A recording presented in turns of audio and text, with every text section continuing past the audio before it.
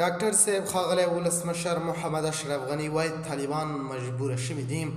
غني وایي افغانستان د خپلو مهاجرینو له ستنولو پرته بل لار نه لري او موږ ټول مجبوره یو چې خپل افغان ولس ته دغه وخت په سخت حالات کې اوږه ورکړو او د پاکستان سترګې نورې هم لا ټیټې کړو.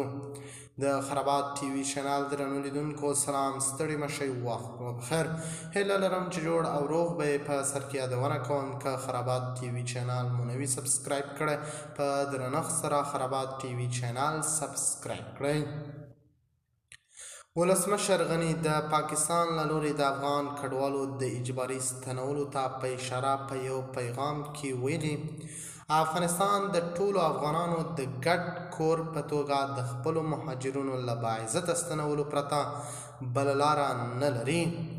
زموږ د دوه ګاونډیانو هیوادو کې په خاص ډول او په نوره نړۍ کې په عمومي توګه د افغان مهاجرینو کثرت او د هغوی لپاره د عاجل اقداماتو ضرورت هم زموږ ملت او هم د طالبانو حرکت له یوې دوراهي سره مخامخ کړی دی. له هغې نه د وتلو یوازینۍ ښه لار مشترکاً یو سم انتخاب ته رسېدل دي.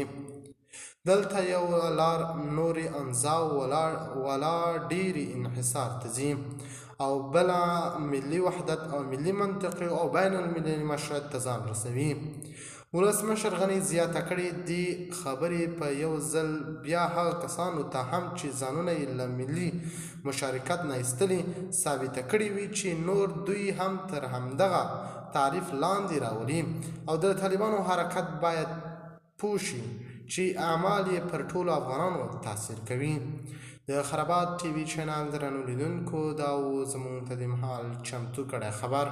د نورو تازه خبرونو لپاره خرابات ټي وي چینل په درنښت سره سبسکرایب کړئ. د الله په امان، تر بیا ښې چارې.